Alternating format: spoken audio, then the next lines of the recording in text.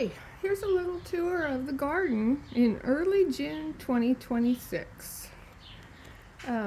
We did a little sprucing up with fresh mulch and getting the beds stained up nicely. So here's our little, don't have to leave the porch in the dark of the morning to get some kale bed. And we're just heading out into the garden. We'll just take a little tour. We've got this is where the onions are planted, and some nice coreopsis flowers in the middle. This is a tatsoi, an Asian green coming up, and then just some black-eyed Susans on the end that'll start blooming before too long. Then on the side we've got these little beds. This one has lettuce. It's kind of starting to bolt, and more flowers, but some pretty little heads there. Some radishes planted here along with flowers. There's pretty radishes, and they're starting, look at that, pretty little radishes. Carrots growing here, still tiny, they take forever. Some radishes across the back, and marigolds that are just coming on to bloom. What was fun about the marigolds this year is we didn't clean out the beds last year and just left them all winter. So all of the marigolds that you see in that bed and everywhere self-seeded. So that was fun. This is our cilantro bed. It's a little raggedy right now because it doesn't love the heat, but we got some new little babies coming on, and then the rest is going to flower and seed. And this sort of just self-seeds itself and will come back each year. Then along the side, this will just be kind of a perennial garden for the pollinators. That one needs a good reworking. Here we've got these two next beds are just flowers. It's zinnias and marigolds. And then here, this is going to be a parsley bed. All these little guys are parsley, and that is delicious, but it's also the host for the swallowtail butterfly, and so we should get a lot this year. More flowers in here. A lot of flowers this year. This last bed over here is mustard green, and there it's really, really delicious, just sauteed up. This area had been completely, totally overgrown. And Rick dug out a bunch, and then I hired a guy to help, and he spent 8 hours out there digging out these massive, massive roots. And we planted a bunch of tiny little things in there, perennials, but the two bushes are elderberry, which is a native berry, and I'm pretty excited. They could get 10 feet high, 10 feet wide each eventually. And then our tomatoes are doing pretty good. Looking good here. Then we'll go into the middle. This bed here is peppers. And in the center is okra coming up, and that'll be tall. That'll be like 5-6 feet tall. And then pepper plants and marigolds along the edge. Same thing here. Pepper plants, okra in the middle, peppers along the edge. And then this is our other tomato bed, and it's going a lot slower. We got it. The bunnies kept nibbling at these, so we got some wire around them. Back here we've got a rhubarb plant, and then just a nice zinnia bed there. They'll be really tall and beautiful. This is another Asian green. I think it's a tatsoi. Just not doing great. Just kind of threw the seeds in there. We'll see what happens.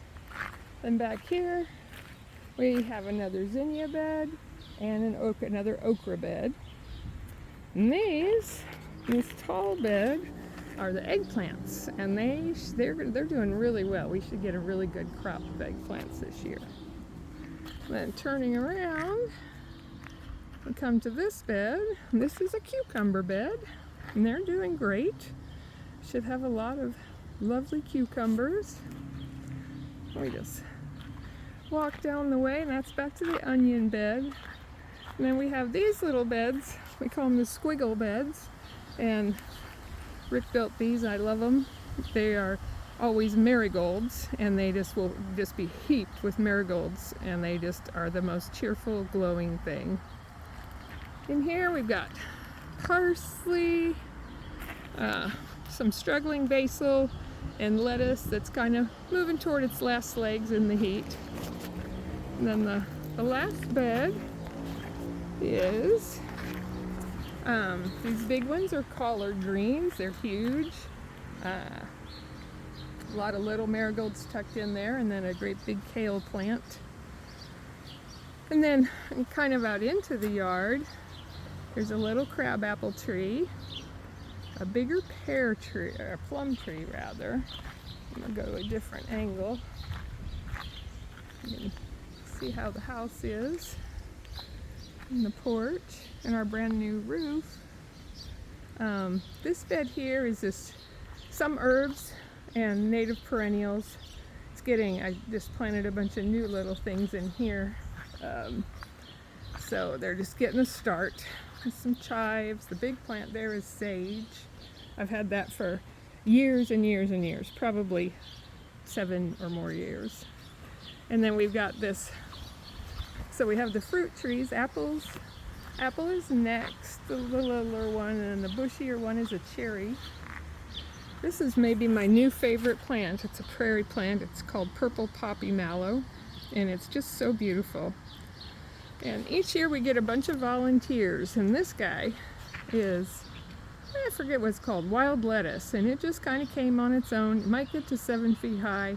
It just came, and it's a good native. The caterpillars love it, and the butterflies will love it when it starts blooming. And then we have the kind of one of the last beds is this center bed, and it's just flowers of varying kinds. It'll get really pretty into July. It'll be glorious. A lot of sunflowers that come just because of the bird feeder right above it. They just come up. There's a little, this is pretty, it's a fennel plant. It's very pretty, purple, airy, and mint for the ages. We transplanted our little tiny fig tree that we've had for years here, and I'm just hoping it's going to thrive and be just beautiful. Then across the back, had a tree guy come out and look at these. It's just frost damage when we had a really bad cold, and he says the brown leaves will end up falling off, but they're healthy. And then this wild little, well, not little, these huge plants here are horseradish, and the roots are underground, and dig it up every few years, and I make a huge batch of fresh horseradish, which is so delicious. Then these are going to be blooming soon. Lost my train on what they are. Hibiscus is what they are. And then here is the blackberries, and we're going to have a really good crop this year. Hopefully they don't all ripen while we're in Scotland, but I think hopefully not. And there are lots of little berries on there. So it's going to be a great crop. And this is the backyard. Labor of love.